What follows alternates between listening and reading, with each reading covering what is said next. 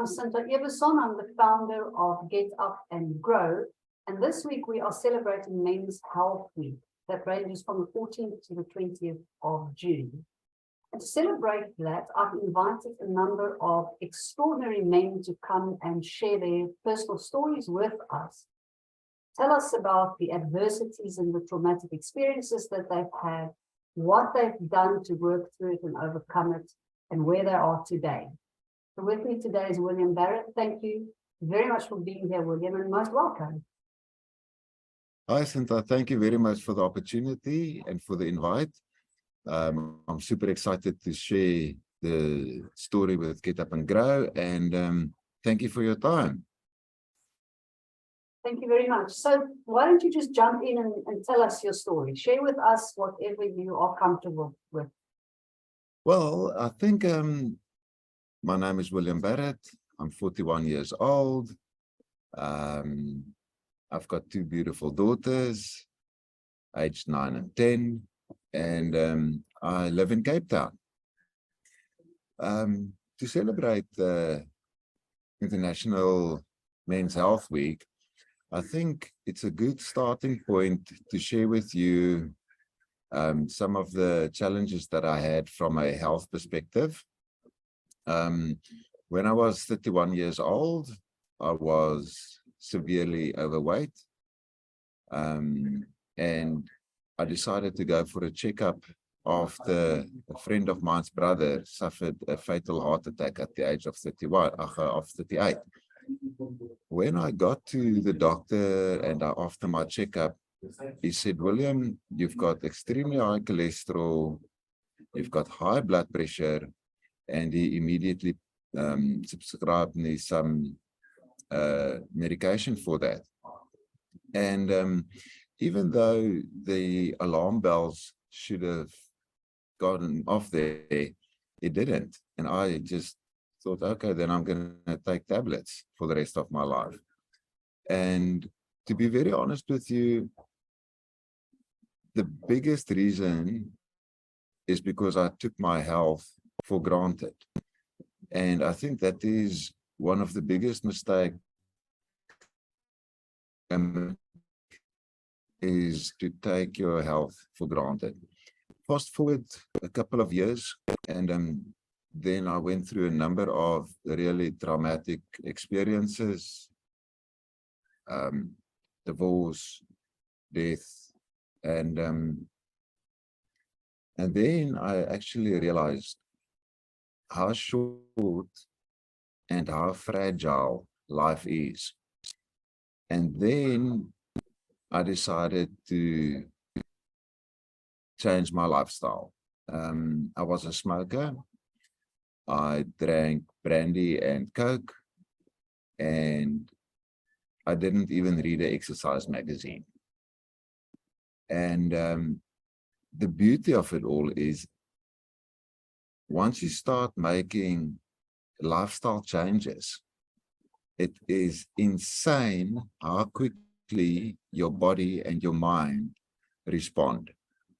So I started walking.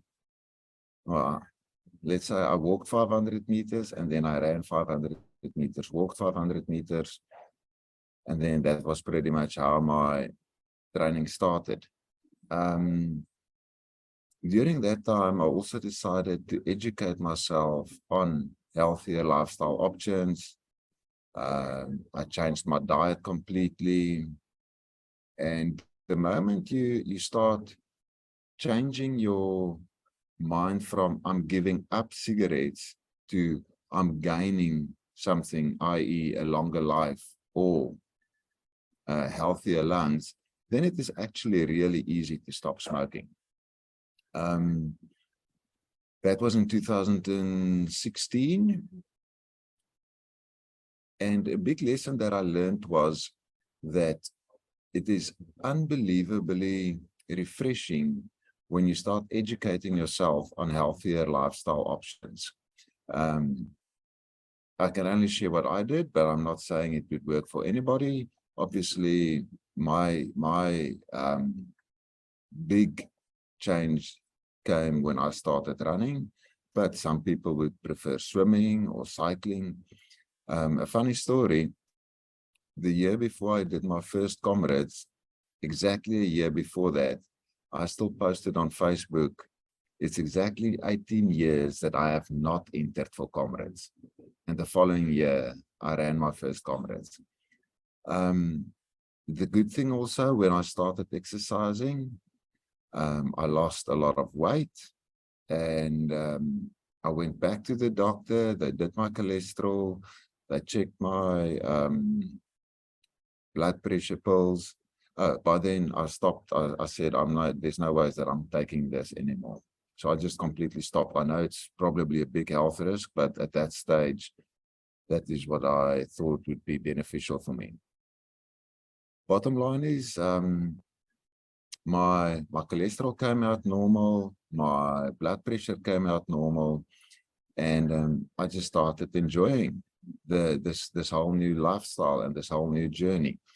And what I found was, when you have a severe loss or a severe traumatic experience, it's going to leave a massive void in your normal day-to-day life. And it is critically important how you fill that void. And I was blessed, and I'm very grateful for that I decided to fill that void with constructive, positive habits, like exercise, like reading. And yeah, fast forward again today, I dropped about 35 kilograms. I'm not using any medication. I'm as healthy as can be. And past Sunday, I just ran my 5th comrades.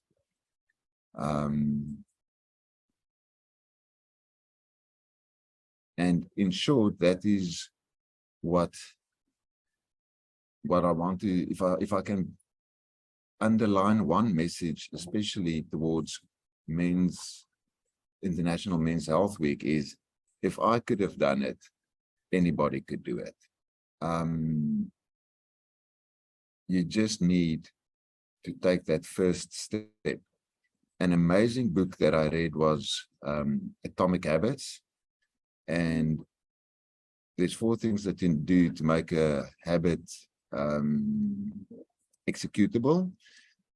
And the one guy in the book, he went to gym and he said to himself, he's only allowed to stay in gym for 5 minutes.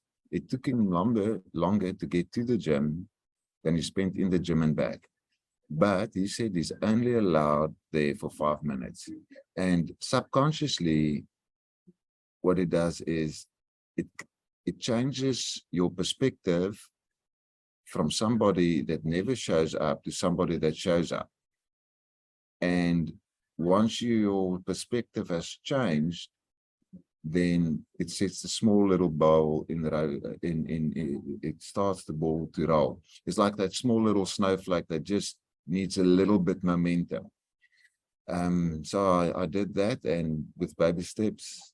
I also do enjoy other sports, but the bottom line is, I went from a young 33 years old male who's on chronic medication, overweight, to a 41-year-old fit as a fiddle. One of the nice things is I look a lot better on 41 than I did on 33. It's wonderful that you've come this far. I want to congratulate you and honor you for the work that you've put in to make so many changes in your life and so many amazing improvements. Well done, William. Well done. I'm curious to know, you mentioned that you lost 35 kilograms, and that sounds and feels like a huge mountain in front of anybody who looks at it from the point of view of having to lose so many kilograms. But what you basically did was change your lifestyle altogether. Did you go on any special diet, or was it the lifestyle changes that gradually helped you to lose that weight? Sinta, honestly, I think it's a combination of both. Since then, back then, all I did was I cut out bread and sugar out of my coffee and Coca-Cola. That's the only things that I changed. Today, I follow a 95% plant-based diet, and I was a huge meat eater. And a friend of mine that I stayed with was on a plant-based diet, and she introduced me to it, and it is unbelievable how quickly I could make that switch.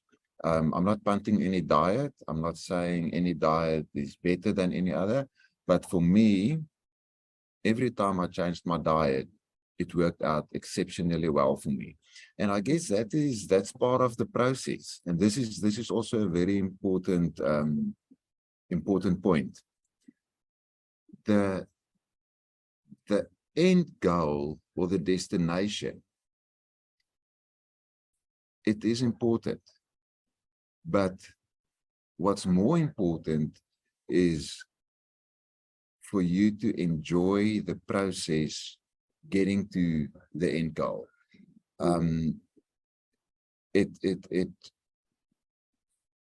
is if you get to love the process, then it becomes sustainable, and it's critically important. So yeah, diet plays a big role,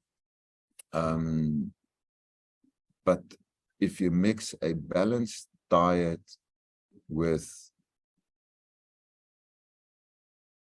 exercise, I exercise quite a lot, but I mean, I think if you do 4 times a week of 30 minutes, that should also help. And the good thing is, a lot of these illnesses can be reversed just by diet and exercise. I mean, there's so many spectacular documentaries that you can watch. The one that really was my first one was called Game Changers. It's on Netflix. And that really opened my eyes, because I was blind, or I chose not to investigate something because it would have made me feel uncomfortable, and I was blind. And I guess that's sometimes you need a big event in your life to. I was turning away my face of the light, and then something happened, and then I decided, okay, now you look into the light and you go and you educate yourself. So yeah, it's a lovely process. It's interesting what you say about needing something to happen. It's like we often need a reality check or shock almost to get us into gear. Because if we are accustomed to a certain lifestyle or a diet or not doing any exercise, or let's say I'm a couch potato, for example, getting started, getting off the couch, getting into an exercise program, making that slight change to what I eat or how much I sleep, for example, or getting into a routine, a new routine where I do something regularly is difficult. That first step is often quite challenging. And it helps a lot if we have some outside motivation, some intrinsic thing that drives us, and losing a loved one or knowing somebody who's suffering from illness or disease, or witnessing somebody else's experience or suffering or adversity often helps us to just, it kind of gives us that little push or that little shove. We need to just look at ourselves and reevaluate where we are. And it's sad that that's what has to happen, but it's very, very often the case. And I totally agree with you. And I would like to urge anybody, don't wait until it's too late. It's a lot easier. I believe prevention is better than cure. yes, And don't suffer the heart attack and then start living a healthy lifestyle. I was a prime candidate for a heart attack before age 40. And today I'm grateful and thankful that I saw the light and decided to make those baby changes initially and just get that ball rolling. And then it becomes such a amazing lifestyle. And the people that you meet, and it's almost like being a kid again. Your brain is like a sponge, because now you are surrounded by people that know a lot more than you. And I just soaked up everything that they taught me at the running club. So yeah, it's unfortunately the biggest asset that most of us have, but we take it for granted. Definitely. And it's your health, your good health. Yeah. William, we've talked about the physical aspects of your health specifically, but can you maybe tell us a bit about other factors that influence your health, such as, I'm sure you must have been under a lot of stress at the time when your blood pressure and your cholesterol got to a stage where it required medication. What are the other factors that play a role apart from just your physical condition? Stress is a big contributor, and I only thought about stress as negative. Mm-hmm. But the reality is chronic stress is negative.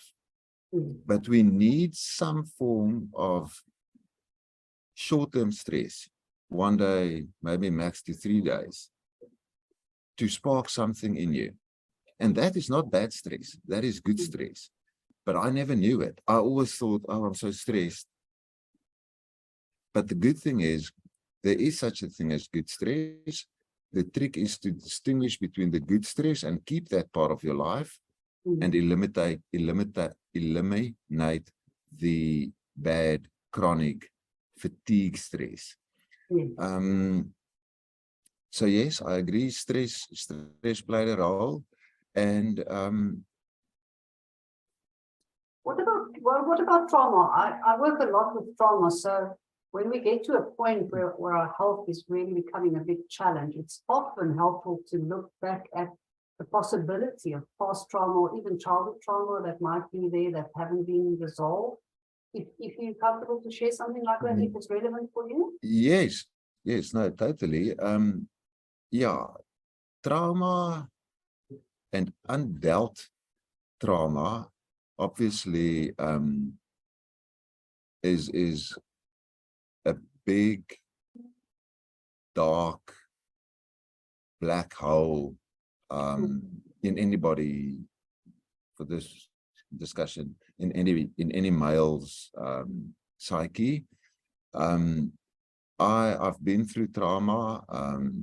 My mother passed away when I was 16, which was obviously very dramatic and very sudden. And I also didn't know how to deal with it.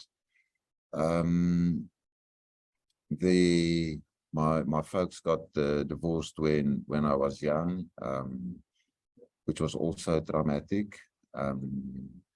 And sadly, I also got divorced when my kids were very young. And those are big life-changing events, and there's never a winner. There's only losers, which saddens me deeply, and it will sadden me for the rest of my life. And I'm honest when I say you think that you've dealt with it, but in my case, I don't believe that I will ever deal with it 100%.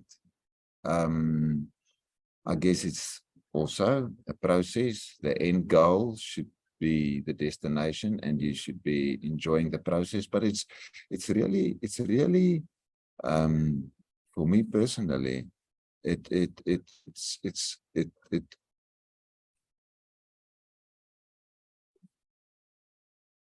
I I can't explain in words how tough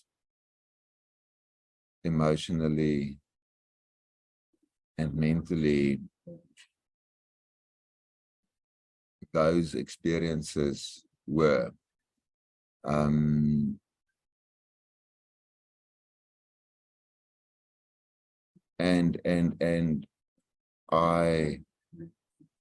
it took me a long time to realize that you should not mourn the loss. You should celebrate the life. And it took me a long time to get my head around that.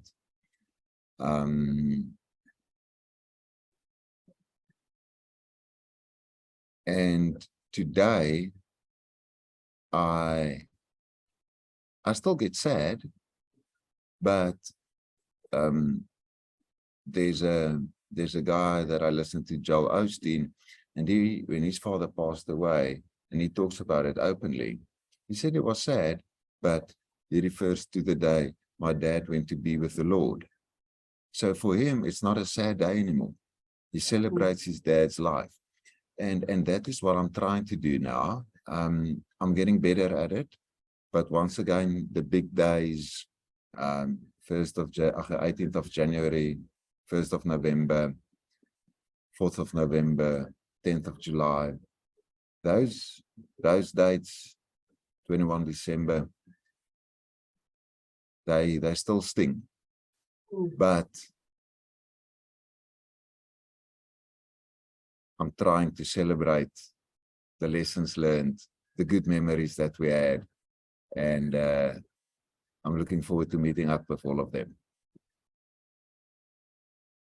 Yeah, it's difficult, but important that we get those experiences in perspective and do the personal work around that also. And different strokes for different folks. Hey, some people, we all deal with our loss and our grief in different ways. Just as we all eat different diets and like different kinds of exercises, we all have our own unique way of dealing with life as it rolls out for us, and with the curveballs that it throws us. Absolutely. I'm interested to know also, or learn from you, how changing your lifestyle and improving your health impacted the people around you.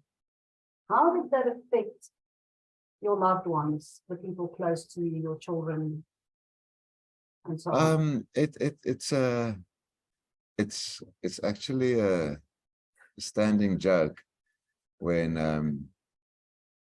my kids look at pictures of when I got married, and then they laugh, and then they said, "Daddy, you are so fat." But yeah, it has a big impact on my close people, my circle of friends, but also more importantly, what it can do for yourself, your self-respect, your self-confidence, your self-discipline. And the reality is, every single human being is facing a challenge right now, somewhere. A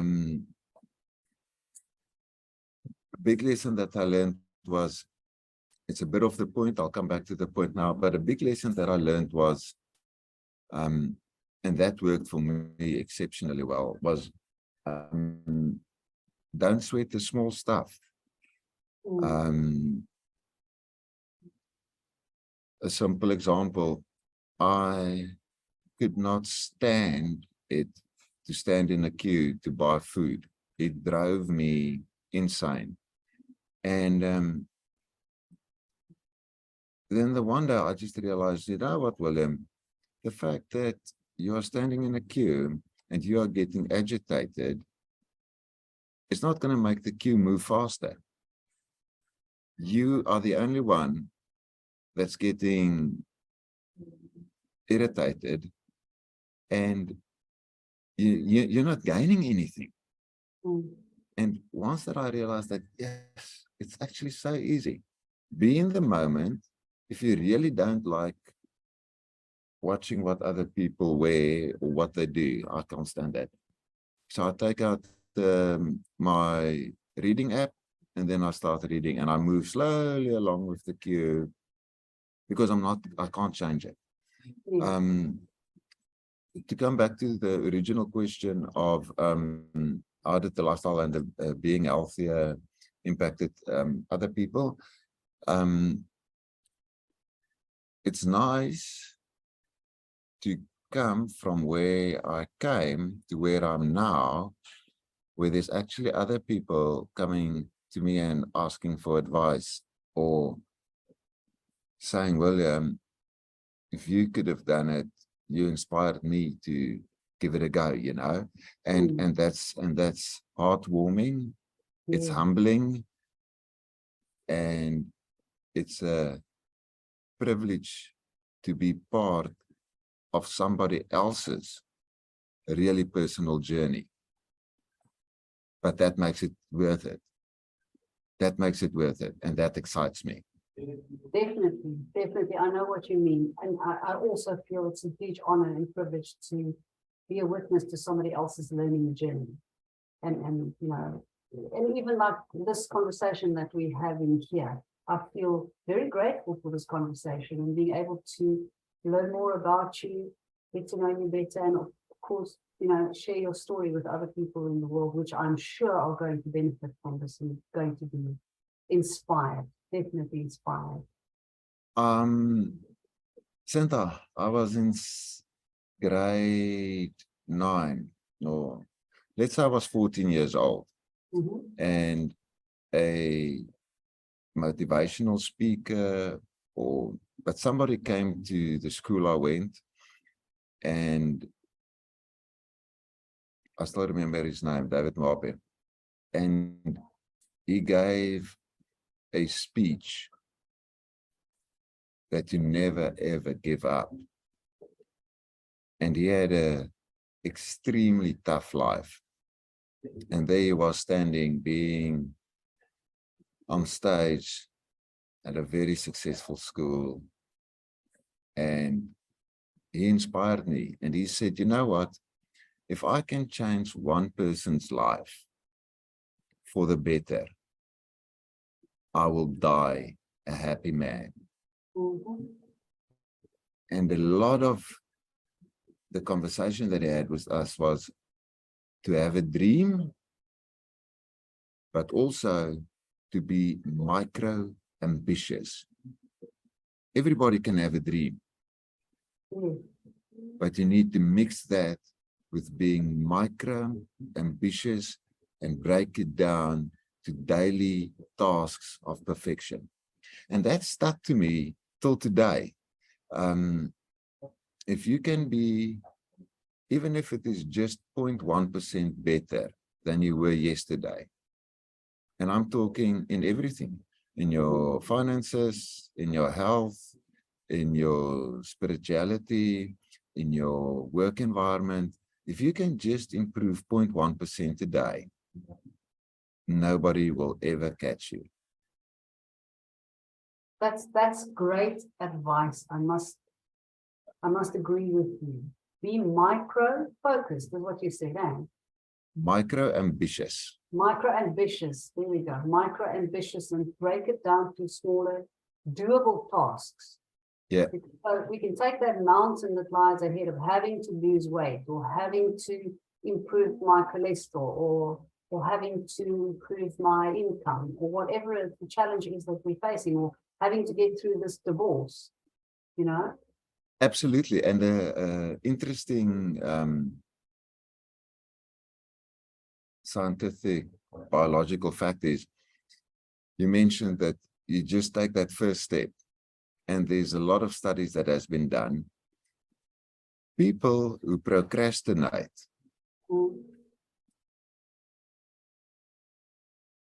gets more depressed. People who just start, even if they fail,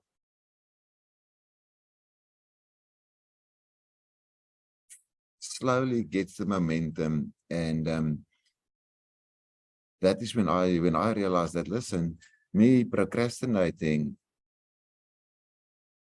makes me more depressed. I'm already depressed because I don't do something, then I don't do it again, then it makes me more depressed. So I just decided, I'm going to start, I'm going to try. And if I fail, I fail. In my mind, subconsciously, I will start chipping away on that deep, dark, black hole and start cracking it. And because if you crack it, you need to crack it, because then the light can come in. That's true. If there's no cracks. So, and I just decided bit by bit, I'm going to tick, tick, tick until there's a crack, and then the light can come in. But it's an amazing journey. And you'll get up and grow. I can't agree more with you. The reality is, very few times in your life when you realize that you are drowning, somebody is going to come and there's not a lifesaver there all the time. And if you take Jordan Peterson talks about taking responsibility for yourself. And it took me a long time because I didn't. I always thought somebody else will. But ultimately, when you start taking responsibility for your own actions and your own start being accountable for what you need to do, then a lot of things change. Yes, I agree with you. We need to take full responsibility for our own well-being. And that involves all aspects of our life, whether it's emotional, physical, mental, spiritual, even in our vocation, whatever we need to know that we need to take control and responsibility and be accountable for what we do and also what we don't do or what we fail to do. Yeah, and life is a big learning lesson. Nobody's perfect, but if you start to enjoy the small things in life and you're grateful for that, slowly the wheel turns. That's right. And I'm very glad that you mentioned grateful, because I'm a firm believer that gratitude is so, so, so important. It plays a huge role in our state of mind and where we find ourselves mentally. And I do daily practice of gratitude to cultivate that habit of looking for the things to be grateful for and expressing that gratitude, because that makes those little steps more meaningful and easier to make. And I'm back to the micro ambition that you mentioned. I like that term. I'm going to go with that one for a while. The micro ambition is the thing that gets us there in the end, because the journeys are long sometimes and hard. Absolutely. And also a thing that I realized was that it's easy to be grateful and motivated in the beginning. It's fun to start a new company. You're excited. And when you achieve your comrade's goal, your whatever your goal is, grateful, thankful, motivated. But it's in the middle where things get tough. And that is where you need to trust the process, the program, the plan, and I do believe that if you surround yourself with the right people, the right books, enough sleep, and enough sunlight, Sunlight, yeah. you will pretty much end with flying colors. True. And you're getting enough of that with all your running, hey? Or are you running in the early hours of the morning or evening? Yeah, in Cape Town, I've been running now in the early mornings, but it's when I get back, it's still dark. But luckily, we are exactly one way away from the winter solstice. It's one of my favorite days in the year, and then from there on, it's downhill. Yeah. Okay. Well, William, thank you so much for joining me. I've loved chatting to you, and thank you for sharing your wisdom and your life experience. As a last question, can I ask you, what golden nugget of advice or inspiration can you give other men out there who find themselves at that point where they are feeling desperate and the situation is just too difficult and they just don't know what to do and they don't know who to turn to? Yeah, I wish I had that answer, but if I can take a stab at it,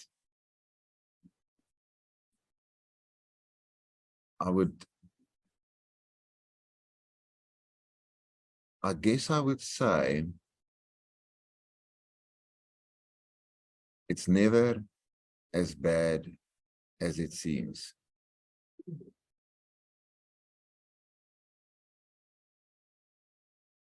I would say that a lot of the worries that you carry is only in your head. And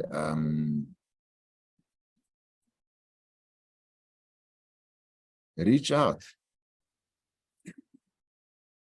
There's so many men that don't want to reach out. I believe in me, you can make a plan, and it's rule number one, look after person number one. If you are not in good shape, good health, you cannot look after any other person. You can't pour from an empty cup. So yeah, it's that's my best stab at it. If I get the golden nugget answer, I'll definitely contact you. That's an excellent stab. I mean, you've said reach out. To me, that rings so true. Reach out. You're not alone. There are lots of people who've going through the same thing or who have been through the same thing. Just reach out. And there are lots of people willing and eager and available to help and support. And I like also what you said about taking care of person number one. And I agree with you full-heartedly, because we are of no use to anybody if we are falling apart, if we are in pieces. Our children, our family, our loved ones, our colleagues, our friends, everybody. We can't mean anything to them if we are in pieces. So take care of person number one. Very, very true. Very important. Thank you so much for that, William. I'm very grateful.